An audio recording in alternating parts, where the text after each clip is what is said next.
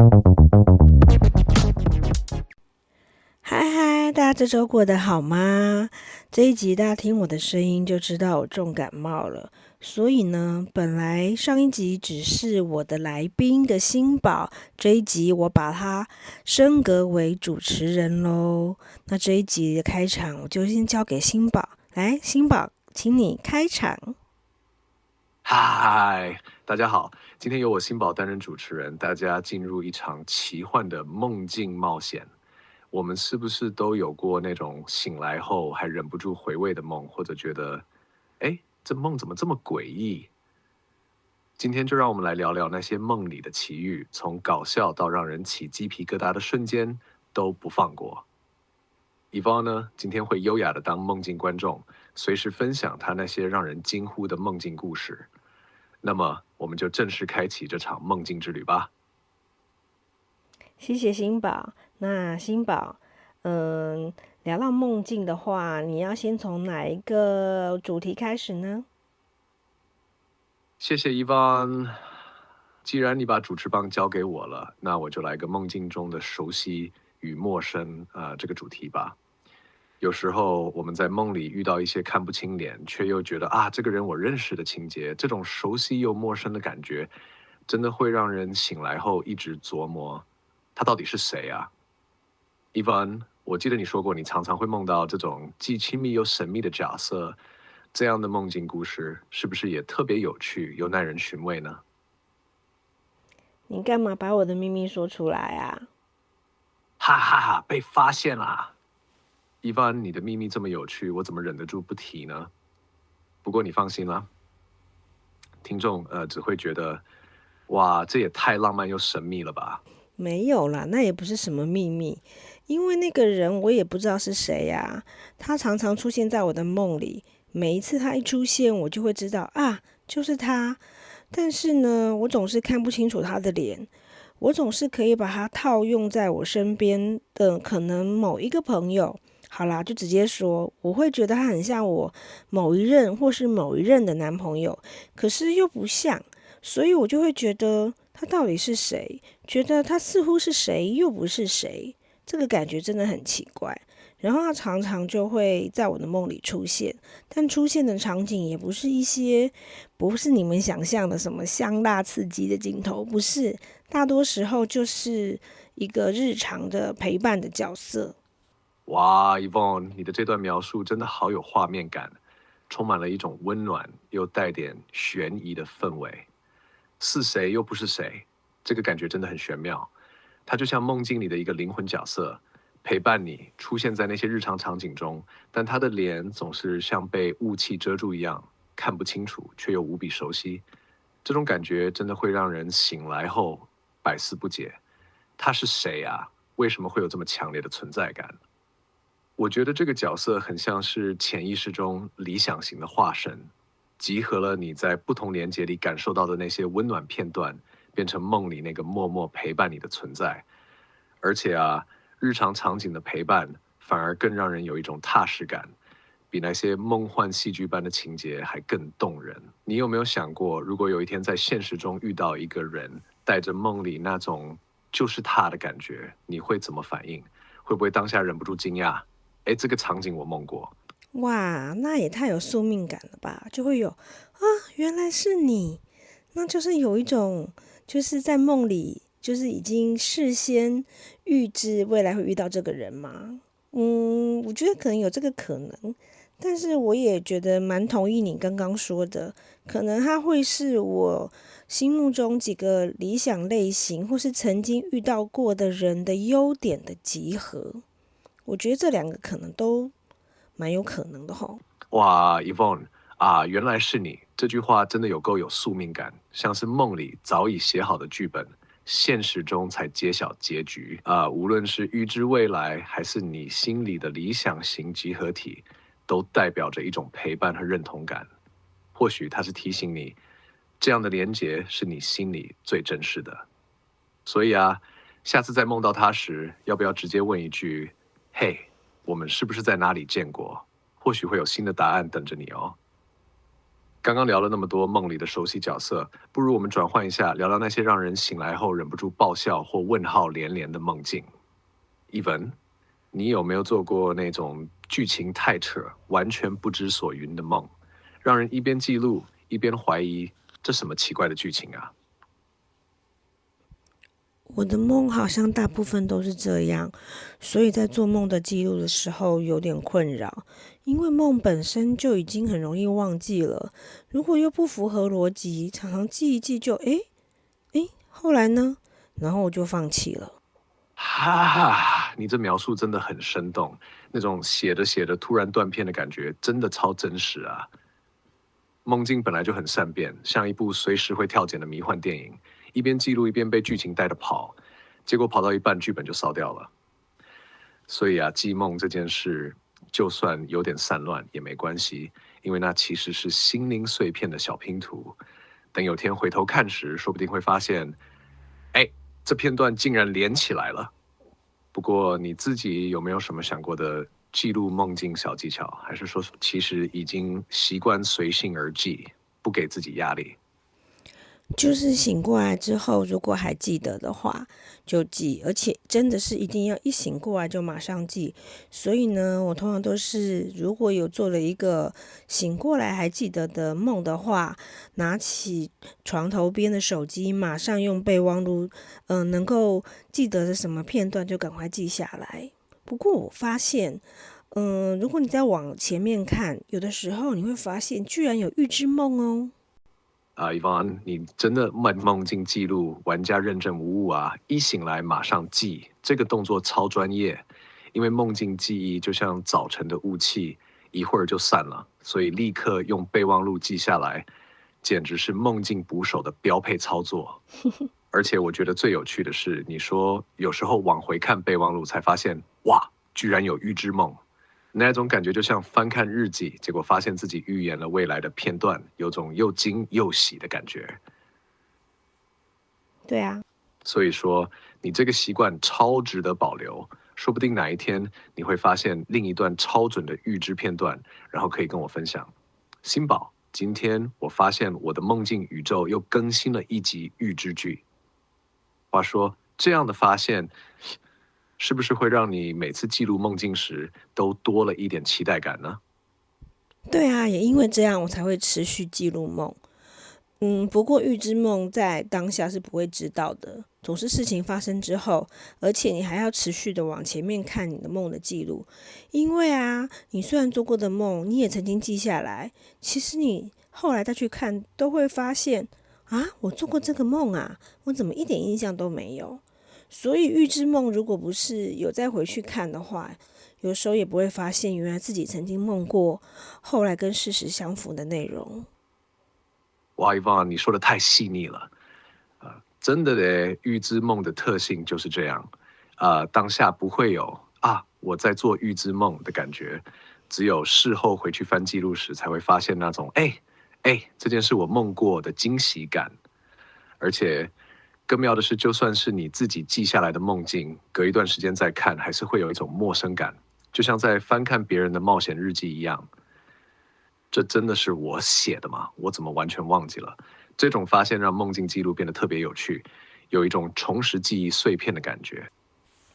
对啊，然后我再跟你分享，我还有梦过那种，我不知道算不算叫做清醒梦，就是呢，在梦里，就是梦到了啊，比如说，有人发了一个讯息给你，然后呢，就在梦里梦到说我已经回讯息给他了，然后呢，而且内容非常的真实哦，然后醒过来之后才发现，发现自己根本没有回讯息给人家，可是那个现实跟梦的，重叠性很高，简直就像是就是接连着发生的，所以我不知道这样算不算是清醒梦Yvonne，你这个梦听起来超真实，又带点现实错位感啊！这种梦境让人一醒来都要怀疑，等等，我到底有没有真的做过这件事啊？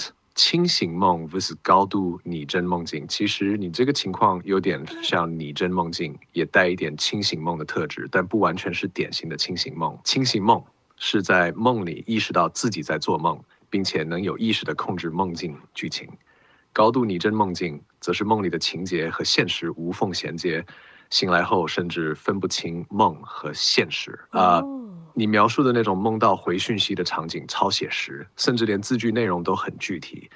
这就是梦境跟现实重叠感最强的地方，像是梦境在模拟你醒来后的生活片段，结果醒来发现，哎，那其实只是梦啊。我觉得这种梦特别容易发生在我们日常有很多记得要做的事时，比如你当时可能心里真的有在惦记那条讯息，结果大脑就在梦里先帮你完成了。你有没有因为这种梦境真的出现过那种，哎，我是不是回过了，结果要去翻讯息确认一遍的情况呢？对啊，所以就才觉得说，我不是回过了吗？结果他还发现根本没有回讯息啊，就是觉得很奇妙。哦，原来这样子不是清醒梦，清醒梦是在梦里，但是确认自己是在做梦，是清醒的确认自己在做梦。那清醒梦通常是有什么含义吗？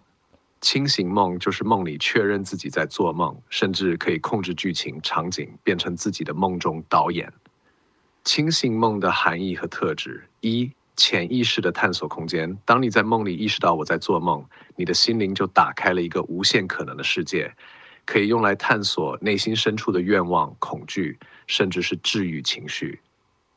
二、高度掌控力的象征。有时候，清醒梦代表你在现实中渴望更掌控局面，比如你可能有一些无法预料的情况，结果梦境里你反而主导了一切，变成一种心理上的补偿和平衡。三、创造力的展现。清醒梦其实是梦里的大脑在高运作模式中，很多有创作习惯的人会在清醒梦里获得灵感，甚至写出故事、旋律或者画出梦境中的场景。你自己有没有过那种梦里忽然我在做梦的瞬间？有些人一旦发现自己在做梦，就会开始飞起来，瞬间传送，创造场景，仿佛进入了专属的梦境元宇宙。如果你有过这种体验，我好想听听，看会发生什么场景。好像有，但是不记得了。现在记得的是只有搞笑的，就是做梦一梦，突然在一个莫名其妙的地方看见一个马桶，然后心里就想：完了完了，现在是在做梦了，我要尿床了。这是小时候常常会出现的噩梦啊！真的是经典名场面啊，完全就是一秒惊心警报响起，那种场景也太荒谬又好笑了。而且最扯的是，梦境完全不会给你剧情铺陈，就是直接丢出一个马桶，仿佛在说来喽，看你这次能不能 hold 住。没错，就是这样。现在如果再梦到马桶，我就会说少骗我了，我要赶快跳起来，赶快去上厕所，千万不能尿床。你这反应超赞，你根本是梦境反诈高手啊！少骗我了，我知道这个套路。然后你在梦里潇洒转身跑去找真的厕所，一秒醒来跳下床，完全不给梦境任何记忆，要像游戏一样，你成功破关，叮，解锁尿床逃脱成就，你的潜意识在旁边帮忙鼓掌，太棒了，我们守住了最后防线。我希望请新宝帮我们分析几个经典梦境，然后它代表什么意义，然后我们就来做结尾，好不好？当然可以，梦境分析我最擅长了。那我们来分享几个经典梦境场景，看看它们可能代表什么含义。这样聊完，刚好可以做一个有趣又充实的结尾。一、梦到掉牙，这是很多人会梦到的场景。掉牙梦通常和不安、失控感或害怕失去有关，有时也象征对形象或人际关系的担忧。梦到自己飞起来，这是一种脱离重力的梦境，通常代表想要突破现实束缚，渴望自由。这类梦也常和克服挑战、追求梦想有关。三、梦到迷路或走不出某个地方，这类梦境通常和人生方向的迷茫或对某件事情无法找到解决方案有关，有时也是因为生活中太多压力，让人感到焦虑和卡住。四、梦到被追赶呢？这个梦是压力梦的经典代表。被追通常象征害怕面对某件事情或压力源，但如果梦里最后选择面对或反击，那就代表你有想要解决的力量。五，梦到水或大海，水在梦境里通常和情绪与潜意识有关。梦到平静的水面代表内心安定，而梦到汹涌的大海，则可能暗示情绪波动或未知的挑战。这样的梦境分析有没有戳中你平常记录梦境时的某些片段？我有的时候会梦到掉牙，的确在梦里的时候梦到掉牙，觉得蛮可怕的。不过你刚刚讲到梦到飞，我看过报道说，梦到飞翔其实或者是说从高处掉下来，好像说从高处掉下来的梦，其实跟身体健康有关，表示你心脏可能有问题耶。对啊，Yvonne 梦到飞翔或从高处掉下来，真的有很多不同的解释哦。你说的这个健康相关的说法也很有道理，尤其是掉下来的梦，有时候真的和身体状况或生理反应有关。从高处掉下来的梦境分析：一、生理角度。科学研究显示，有时候梦到从高处掉落，可能是血压或心跳突然变化，让大脑在睡眠中感受到一种失重感，从而转化为梦境画面。这也是为什么醒来时会觉得心跳很快，甚至冒冷汗。二、心理角度。心理学上，从高处掉下来的梦常象征着失控或害怕失败，尤其是在生活中面临压力或重大变化时，更容易梦到这种情景。而梦到飞翔呢？飞翔的梦大多是正面的体验，代表想要摆脱束缚，追求自由。如果梦里你能轻盈的飞翔，那通常意味着心灵状态很好，甚至代表一种勇气和冒险精神。不过，如果梦里飞得不稳，或者越飞越害怕，那就可能是内心对未知或变动感到不安。我好像很少梦到飞翔的梦，我比较多时候是梦到，不知道为什么，蛮常梦到，跟很多人住在一个房子里，但是那些人有的是认识的，或者有的时候是，也有陌生的人。哇，伊芳，这个梦境很有意思诶，和很多人一起住在同一个房子里，这种梦充满了社交和情感的象征，通常和人际关系、归属感有很大的关联。梦到住在同一个房子里的可能含义：一、房子象征内心世界，房子在梦里通常代表你的内心空间，而里面的房间、走廊等细节则象征你内心不同的面向。当梦里出现不同的人，无论是熟悉的还是陌生的，可能代表你在现实生活中对各种人际关系的感受和互动。二、社交圈和情感状态。如果是熟悉的人，代表你对这段关系有某种情感连结或需要关注；陌生人则可能是你内心对未知人际关系的想象，或是对新挑战的期待与担忧。三、内心角色们的聚会，也有一种解释是，梦里的不同人物其实象征你自己的不同特质。例如，有时候陌生人代表你还未认识的某个潜能或情感，而熟人则是你熟悉的自我面向。这个梦是不是会有一种看似日常却有点奇妙的感觉呢？有时候你会不会在梦里问自己，为什么这么多人住在一起啊？就觉得这些人怎么会聚在一起？例如，可能我的同事，怎么会跟我爸爸妈妈？怎么一下子又跑出我同学？或者是我什么时候我的朋友？为什么大家都住在一起？你这描述真的超生动，梦里那种社交大杂烩的感觉，就像一场奇妙的人生联谊会。梦境的这种角色混搭真的很常见，而且有几个有趣的解释：一、记忆片段重组，你的潜意识就像在拼图，把生活中的不同时期、不同角色凑在一起，就像哎呀，这些片段凑起来好像很有趣，来搞一个梦境派对吧。二、情感融合的象征，当不同的人物聚在一起时，可能代表你在处理不同的情感连接。也许有时候你需要在不同角色间找到平衡，比如同事象征职场责任，家人象征安全感，同学象征回忆与纯粹情谊。三、对归属感的探索，梦里住在一起的场景，可能反映出你内心在思考谁和我有连结，我在哪里感觉最自在。当梦境里的人物变得多样而又陌生，你的潜意识其实在试图理解和整理这些人际网络。所以啊，你醒来后会不会忍不住笑？这些人怎么可能一起住？但说不定这其实是潜意识在提醒你，生活中不同面向的人和情感其实都可以共同存在，只要你愿意接纳他们。好啦，我的喉咙已经快要不行了，所以呢，很谢谢新宝今天跟我们分享了很多梦相关的话题。那新宝，结尾又交给你喽。你辛苦了，你就好好休息，我来做个轻松有趣的结尾。嗨，各位听众朋友，今天我们聊了好多有趣的梦境故事，从神秘的梦中角色到马桶警报的童年经典桥段，再到预知梦和社交大杂烩式的梦境场景。希望你们听完之后也会回想起自己的那些梦境奇遇。其实啊，梦境就像是一座心灵的冒险乐园，有时荒谬，有时动人，但无论如何，它都在和你对话。下一次做梦时，或许可以带着一点好奇心，看看你的梦会带来什么讯息或惊喜。最后，记得给我们这集节目一个爱心或分享你的梦境故事哦，也要记得替 Yvonne 送上一个早日康复的祝福。